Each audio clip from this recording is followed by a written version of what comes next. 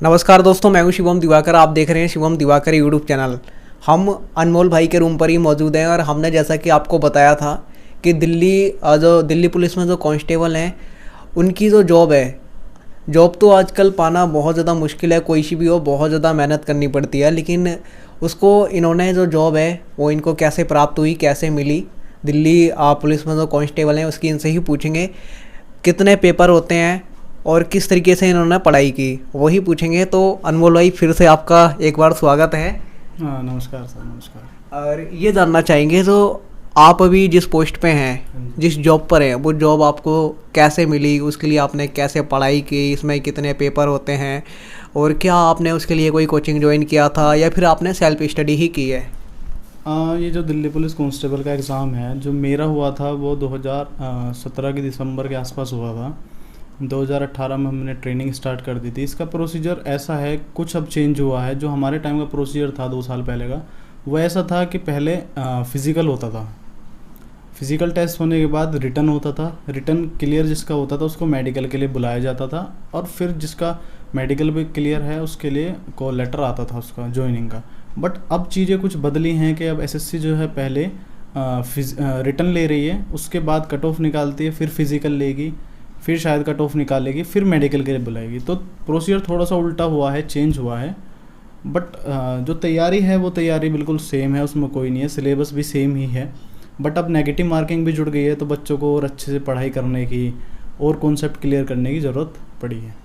इसमें क्या, जब आपने तैयारी करना शुरू की थी इसकी, तो आपने कोई कोचिंग ज्वाइन किया था या फिर आपने विदाउट कोचिंग के ही किया था? हाँ, कोचिंग की बात ऐसी है कि मेरा साइंस का बैकग्राउंड था, तो मेरे को जीएस में थोड़ी सी दिक्कत फेस हुई थी। तो मैंने लास्ट के 2 महीने जीएस की कोचिंग लगाई थी, क्योंकि कॉलेज भी चल रहा था मेरा उस टाइम, तो पढ़ाई दिक्कत हो रही थी मेरे को पढ़ाई में, और जीएस मेरी कंप्लीट नहीं थी क्योंकि मेरा बैकग्राउंड साइंस का था। तो इसलिए मैंने लास्ट के 2 महीने में जीएस की कोचिंग लगाई थी बस। कहाँ पर लगाई थी आपने? ये जीएस की कोचिंग मैंने दुर्गापुरी में ओम साई सर हैं, हरीश पांडे सर, उनके यहाँ लगाई थी मैंने 2 महीने के लिए। तो जो अभी नए बच्चे हैं, आपको देख रहे होंगे हज़ारों बच्चे, और जो इस फील्ड में आना चाहते हैं, उनको किन किन बातों का ध्यान रखना चाहिए और किस तरीके से तैयारी करनी चाहिए? तैयारी का ऐसा है, इसमें ज़्यादा बुक्स की ज़रूरत नहीं है। अपना अच्छे से चीज़ें पढ़ें, कॉन्सेप्ट क्लियर करें, क्योंकि कंपटीशन आजकल बहुत ज़्यादा टफ हो चुका है। कांस्टेबल में भी सीजीएल की जो तैयारी कर रहे हैं वो बच्चे बैठने लगे हैं, तो कंपटीशन बहुत हाई हुआ है। तो उसलिए आपको मेहनत की ज़्यादा ज़रूरत पड़ेगी। चीज़ें कम पढ़ें, थोड़ा रिवीजन पे ज़्यादा जोर देंगे तो जल्दी आपको कामयाबी मिलेगी। रीजनिंग की बात करें तो इसमें रीजनिंग के लिए आपने कौन सी बुक्स फॉलो की थी? इसके लिए भी आपने कौन कौन सी जो बुक हैं वो आपने पढ़ी थी? हाँ, रीजनिंग के लिए एक अरिहंत की नॉर्मल रीजनिंग आती थी, पहले मैंने वो ख़रीदी थी। उसके बाद मैंने रीजनिंग की किरण ख़रीदी, उसको प्रैक्टिस करा। रीजनिंग ऐसा होता है कि आपको डेली पहले तो कुछ कॉन्सेप्ट क्लियर करो चैप्टर के, जैसे डाइस वगैरह हो गया, उन चैप्टर को क्लियर करें आप। जिसमें कॉन्सेप्ट होते हैं, जैसे 3-4 चैप्टर हैं ऐसे, जैसे डाइस वाला हो गया या फिर एज वाला कुछ होता है, तो उसमें आप कॉन्सेप्ट क्लियर करें। और उसके बाद रीजनिंग से डेली 35 से 40-50 क्वेश्चन टाइम लगा के आप प्रैक्टिस करें।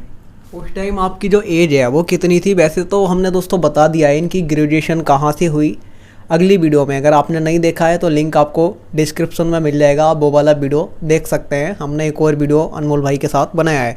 उस टाइम आपकी जो एज है वो कितनी थी जब आपने इसकी तैयारी करना शुरू की और फिर जब आपको नौकरी मिली? उसकी एज मैं उस दिन 20 साल का ही हुआ था, जिस दिन फाइनल रिजल्ट आया था। उस दिन मेरा बर्थडे भी था, तो मेरी 20 साल की एज थी उस टाइम, हुई थी मतलब। तो वो दिन हमेशा याद रहेगा। और इसमें अगर सैलरी की बात की जाए तो इसमें तो जो लोग करना चाहते हैं तो सैलरी का थोड़ा इशू रहता है कि कितनी तक मिल जाती है, तो कितने तक लगभग मिलती है? सैलरी का कोई इशू नहीं है। बाकी नौकरियों से 12th लेवल बेस पे जो नौकरियां हैं, गवर्नमेंट जॉब्स हैं, उनके हिसाब से नौकरी की जो सैलरी है बहुत अच्छी है दिल्ली में, और बहुत अच्छा स्कोप है नौकरी। कोई हार्ड नौकरी नहीं है, टाइम टू टाइम नौकरी है, कोई वैसा भी काम नहीं है। कभी कभार देखो पुलिस की नौकरी है तो ऊपर नीचे टाइम हो जाता है, थोड़ी ज़्यादा मेहनत भी लगती है, बट वो देश को सर्व करना है तो उसमें हिचकिचाने की कोई ज़रूरत नहीं है। बट सैलरी बहुत अच्छी है, बाकी जॉब के हिसाब से अलाउंसेस भी बहुत अच्छे हैं, तो बहुत अच्छी है। इसमें रीजनिंग होता है क्या? क्या इसमें फिजिकल होता है? कैसे कैसे होते हैं बताइए। फिजिकल में क्या हाइट का कोई मैटर होता है इसमें? हाँ, फिजिकल में हाइट का मैटर होता है। जैसे लड़कों के लिए कांस्टेबल में 170 सेंटीमीटर चाहिए। कुछ को जिनको रिजर्वेशन मिला हुआ, जिनको रिलैक्सेशन होता है, उनकी 5 सेंटीमीटर की छूट होती है। जैसे जो पुलिस वार्ड हैं या फिर जो मतलब हिली एरियाज से आ रहे हैं उनके लिए 5 सेंटीमीटर की छूट होती है। तो फिजिकल में हाँ हाइट 170 सेंटीमीटर लड़कों की मांगते हैं, लड़कियों की आई थिंक 157, या मेरे को कंफर्म इतना ध्यान नहीं है, अप्रोक्स इतनी है। चलिए तो हम बात करते हैं बुक्स की। जो आप बुक्स आपने उस टाइम कौन कौन सी फॉलो की थी? हाँ, उस टाइम मैंने जीके के लिए जो बुक्स पढ़ी थी वो मैंने मनोहर पांडे पढ़ी थी। जीएस का वैसे मैंने कोचिंग भी लगाया था, कोचिंग के नोट्स भी पढ़े, साथ साथ आप बुक देखिए। तो मैंने मनोहर पांडे पढ़ी थी। और जैसे ये मनोहर पांडे का छोटा वर्जन है, छोटी बुक है। कॉन्सेप्ट अगर अच्छे से क्लियर करने हैं तो ये फिर बड़ी बुक आती है। और ये मेरी इंग्लिश में थी क्योंकि मैंने इंग्लिश में तैयारी करी थी। और ये है आपकी इंग्लिश कांस्टेबल में नहीं आती, बट ये मैंने बुक इसलिए यहाँ पे रखी है क्योंकि अब हेड कांस्टेबल मिनिस्ट्रियल के एग्ज़ाम आने वाले हैं, तो इंग्लिश उसमें बहुत क्रूशियल रोल निभाएगी। तो जो बच्चे मिनिस्ट्रियल की तैयारी कर रहे हैं उसके लिए भी बहुत अच्छा स्कोप है। इंग्लिश ये नीतू सिंह की है जो मैंने पूरी बुक पढ़ी थी, और बहुत अच्छी बुक है। इंग्लिश का बेसिक कंसेप्ट बहुत अच्छे से क्लियर होता है।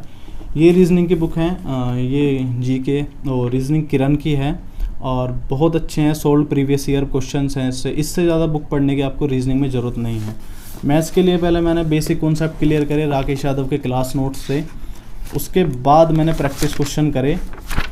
पहले क्लास नोट्स से अच्छे से कॉन्सेप्ट क्लियर करने के बाद मैंने फिर किरण की मैथमेटिक्स के प्रीवियस ईयर सोल्व पेपर जो हैं उनसे अपना प्रैक्टिस करी।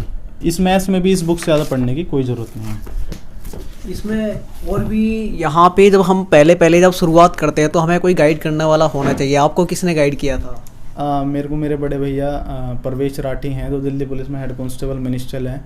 उन्होंने शुरुआत से लेकर अंत तक मेरा साथ दिया है और हर चीज़ गाइड करी है, फिज़िकल में, मेडिकल में, रिटन में। तो मैं उनका हमेशा शुक्रिया अदा रहूँगा।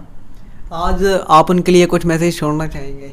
हाँ, मेरा मैसेज उनके लिए ये होगा कि भैया जैसे आपने मेरी मदद की है हमेशा, मुझे इतनी जल्दी कामयाबी मिली और आपके थ्रू ही मैं पहले अटैम्प्ट में ऐसा क्लियर हो गया, तो आगे ही बच्चों को ऐसे ही ज्ञान देते रहिए, गाइडेंस देते रहिए, ताकि बच्चे अच्छे रास्ते पर चलें। मेहनत तो खुद भी करते हैं, पर भैया ने हमेशा इतनी मेहनत करी है कि जो एक रास्ता उन्होंने दिखाया है वो रास्ता बहुत ज़रूरी होता है। यहाँ तक की जो यात्रा रही, आपको सिलेक्शन इसमें मिल गया, उसमें क्या अब तक आपको क्या क्या इसमें सीख मिली जो आप जो दूसरे बच्चों को देना चाहेंगे ताकि उनके साथ वो दिक्कतें परेशानियां ना हो? हाँ, तैयारी की सीख की बात करें तो तैयारी में मैंने बताया जैसे जीके मनोहर पांडे से पढ़ सकते हैं आप, तो कॉन्सेप्ट क्लियर करिए। आप कोचिंग भी पढ़ रहे हैं तो कॉन्सेप्ट क्लियर करिए, ज़्यादा रिसोर्सेज की तरफ, ज़्यादा बुक्स की तरफ ना भागें। जो पढ़ रहे हैं उसको टाइम टू टाइम रिवाइज़ करें। जितना आपके दिमाग में रहेगा, रिटेन रहेगा, चीज़ें कॉन्सेप्ट क्लियर होगा, उतना जल्दी आपको सफलता मिल जाएगी। तो दोस्तों, हम अनमोल भाई के रूम पर ही थे, ये अपने घर पे ही तैयारी कर रहे थे यूपीएससी का। हमने ये वाला वीडियो बनाया था और दूसरा वीडियो ये इसलिए बनाया है ताकि इससे भी बहुत सारे बच्चों की हेल्प होगी, मदद होगी, क्योंकि बच्चे ऐसी जगह रहते हैं बहुत सारे गांव में जहां उनको कोई गाइड करने वाला नहीं होता, कोई बताने वाला नहीं होता है। तो हमने उसके लिए ये शुरुआत की है। अब बात करेंगे फिजिकल की। इसमें फिजिकल का कैसे होता है? फिजिकल का बेसिक फिजिकल फिटनेस अच्छी होनी चाहिए और उसकी आप तैयारी करें। जैसे अभी दिल्ली पुलिस कांस्टेबल का रिजल्ट आया, जिन लोगों का रिटर्न हुआ है उनको मेरी तरफ से बधाइयाँ। और आप अच्छे से रहें, चोट वोट ना लगवाएं, अपना फिज़िकल की तैयारी कीजिए। फिज़िकल की तैयारी में 2-3 चीज़ें याद रखनी होनी चाहिए। एक तो आप नींद टाइम पे लें, क्योंकि शरीर में जान होनी चाहिए फिज़िकल के लिए। अच्छा खाना खाएं, अच्छी डाइट लें, उसके हिसाब से जो फिज़िकल की तैयारी है। अब लड़कों को 6 मिनट में रेस पूरी करनी होती है, लड़कियों को शायद 8 मिनट में, तो वो इतना ईजी भी नहीं है और टफ भी नहीं है।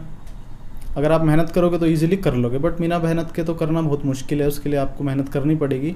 रनिंग का बताया जाए तो रनिंग का ऐसा है, आप शुरुआत में 1-2 हफ्ते पैरों को आदत डालें फिज़िकल के लिए, रनिंग के लिए। जितना दौड़ा जाता है उतना दौड़ें, फिर थोड़ा लंबी रेस लगाएं ताकि आपकी सांस बनने लगे और पैरों को आदत पड़ने लगे। उसके बाद एक अपना स्प्लिट टाइमिंग निकालना कीजिए, जब आपको 1 महीने के आसपास हो जाए कि आप 1600 मीटर का फिज़िकल होता है, आप 3200 मीटर दौड़िए।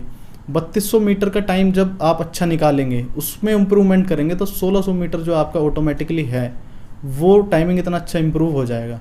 अब उसके आप बाद में अच्छी डाइट ले रहे हैं, अच्छी एक्सरसाइज कर रहे हैं, स्ट्रेचिंग कर रहे हैं शरीर की, तो इजीली हो जाएगा। फिर हाई जंप, लॉन्ग जंप भी उसमें इंक्लूड होती हैं, उसके लिए भी कुछ अलग से एक्सरसाइजेज होती हैं, वो मैं हाँ आपको कैसे बताऊँ। बट वो जो बच्चे फिजिकल की तैयारी कर रहे हैं या जो भी उन्हें कोई गाइड कर रहा है, तो मैं आशा करता हूँ कि वो उन्हें अच्छे से गाइड करें और उनका फिजिकल भी क्लियर हो। ये जो आपने हाई जंप और लॉन्ग जंप की बात की है, इसके लिए किसी दिन आपके साथ चलेंगे पार्क या मैदान में, वहाँ पे सीखेंगे और दूसरे बच्चों को सिखाएंगे।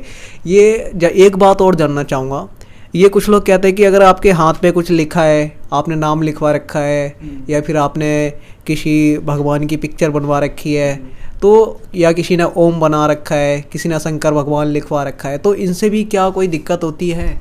अब पुलिस की जहाँ तक बात करी जाए तो मेरा अंदाज जितना है उसमें ऐसा होता है कि कोहनी के कुछ हिस्से तक ये चीज़ें अलाउड होती हैं, उसके ऊपर नहीं होती है। हाथ पे अलाउड होती है, नहीं होती। ये जो हमारा नोटिफिकेशन निकलता है उसमें क्लियरली मेंशन होता है, तो इसको नोटिफिकेशन से देखें। और अगर आपके हाथ में ऐसा है जो आप मतलब नहीं चल सकता, जो टैटू अलाउड नहीं होगा, उसको मिटवाने की कोशिश कीजिए, या जो भी होता है प्रॉपर प्रोसीजर वो करिए। इसमें कुछ कोहनी से नीचे कुछ ऐसा होता है कि टैटू वहाँ तक है तो ठीक है, उससे ऊपर होगा तो शायद दिक्कतें महसूस हो सकती हैं आपको। दोस्तों, जो फिजिकल की बात रही, जो हाई जंप और लॉन्ग जंप वाली, वो किसी दिन चलेंगे मैदान में और वहाँ से सीखेंगे और आपको भी दिखाएंगे। किसी बच्चे को कोई परेशानी है, उसके कुछ डाउट हैं या फिर वो जानना चाहता है कुछ, तो क्या वो आपसे पूछ सकता है? आपकी जो इंस्टाग्राम आईडी है, क्योंकि नंबर से तो थोड़ा दिक्कत हो जाती है, आप यूपीएससी की भी तैयारी करते हैं, जॉब भी करते हैं, तो जो आपकी इंस्टाग्राम आईडी है वो किस नाम से है, बता दीजिए, ताकि कुछ अगर किसी को कुछ पूछना है तो वो पूछ सकें। मेरी इंस्टाग्राम आईडी अनमोल गुजर के नाम से है।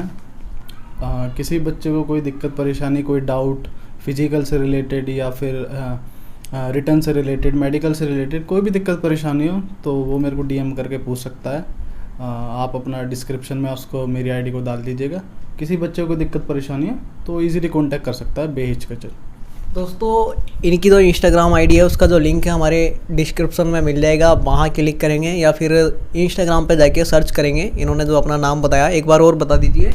अनमोल गुजर, तो आपको मिल जाएगा। आपकी अगर कोई दिक्कत परेशानी है वहाँ जाके आप पूछ सकते हैं। और हम इनका धन्यवाद भी करना चाहेंगे कि इन्होंने अपना कीमती जो टाइम है वो हमें दिया आपके लिए। आशा और उम्मीद करते हैं यह वीडियो आपको पसंद आएगा। इस वीडियो को ज़्यादा से ज़्यादा शेयर कीजिए, चैनल को सब्सक्राइब कीजिए। आज की वीडियो में इतना ही। जय हिंद, वंदे मातरम। जय हिंद।